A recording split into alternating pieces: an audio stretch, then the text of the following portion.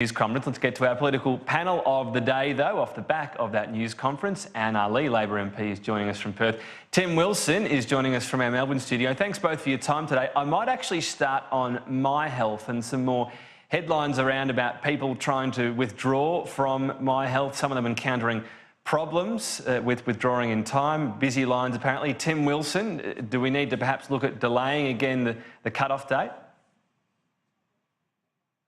And of course, people are able to continue to do so and to go onto the website. So I don't say that there's a case to extend it. People still have plenty of time, plenty of capacity to be able to do so. I've publicly said what my position is on this in the past and what I have done around my own personal records, and it's a decision for every Australian.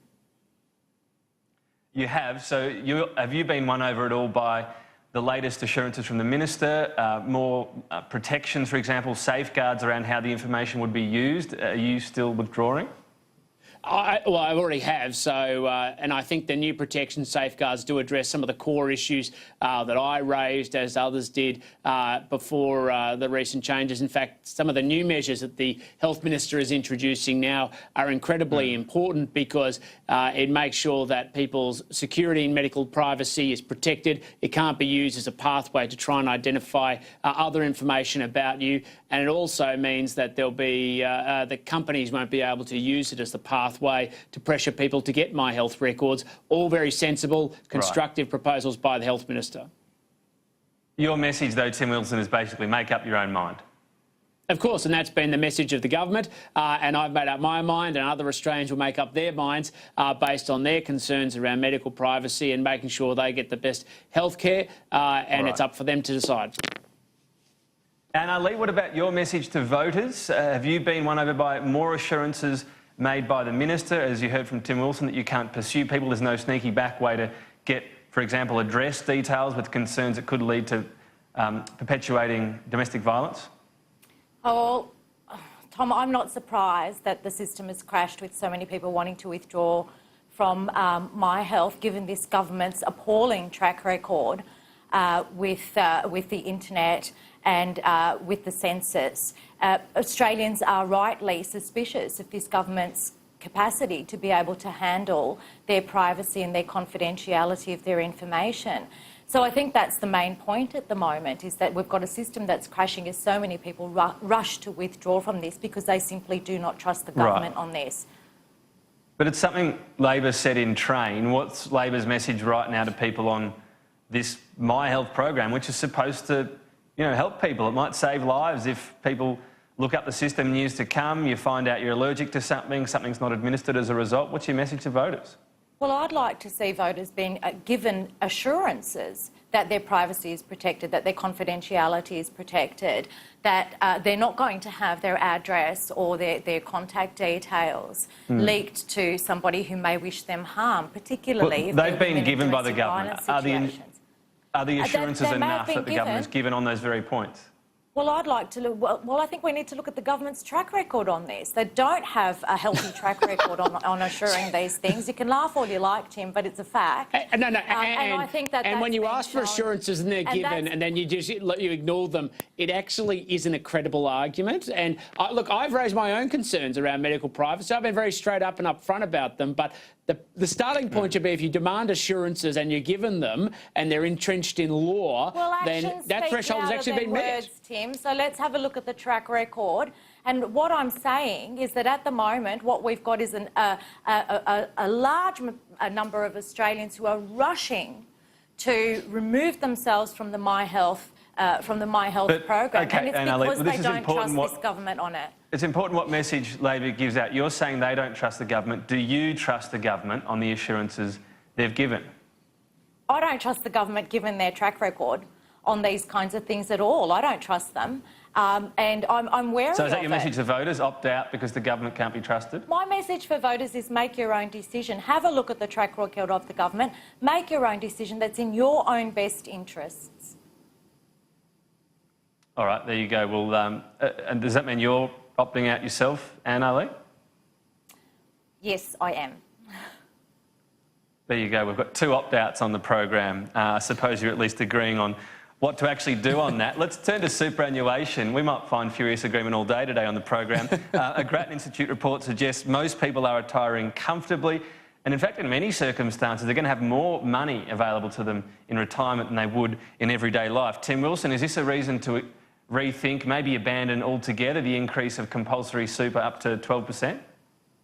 Well, I've always been in the camp of thinking we should rethink the ongoing increase in superannuation contributions because in the end, people need money, they need security in their retirement, but I've never been convinced of the case that the current structure of the system necessitates that increase, because we need to remember it's actually foregone salary by workers, and I suggest they probably could use that money today more than they could in making sure that they continue to be forced into the future. But what we do have, Tom, is we have a problem at the moment where you have an opposition who's making it clear they're going to fundamentally attack the foundations of many people's superannuation, particularly around their intention to scrap fully franked dividends on shares and remove those tax credits. And what we have now is a situation where the opposition is not just compromising, the structure of the tax system, they're directly going after people who have already retired and need a degree of confidence in the future.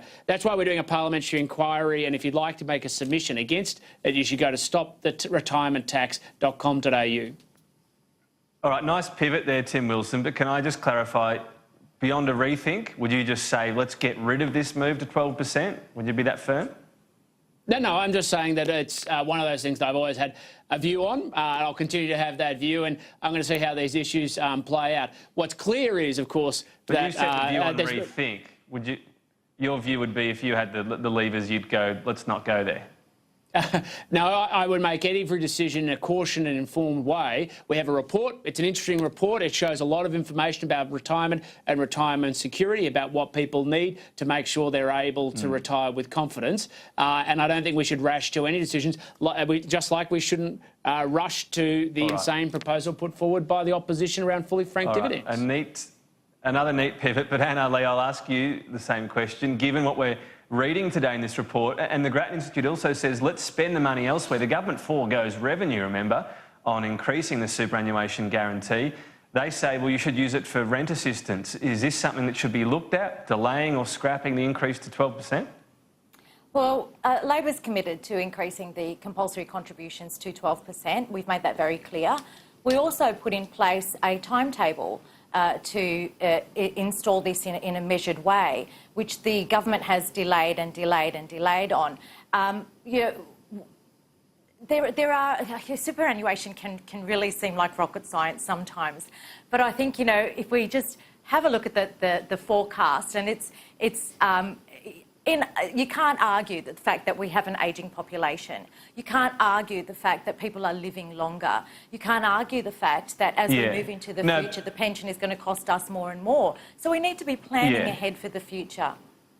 But the argument is that, in fact, some of the calculations made, including that we're going to need to retire with a certain amount, add inflation for spending habits, just isn't needed, because what you're going to actually spend by the time you're 85 is very different to what you'd spend at 70 and 65.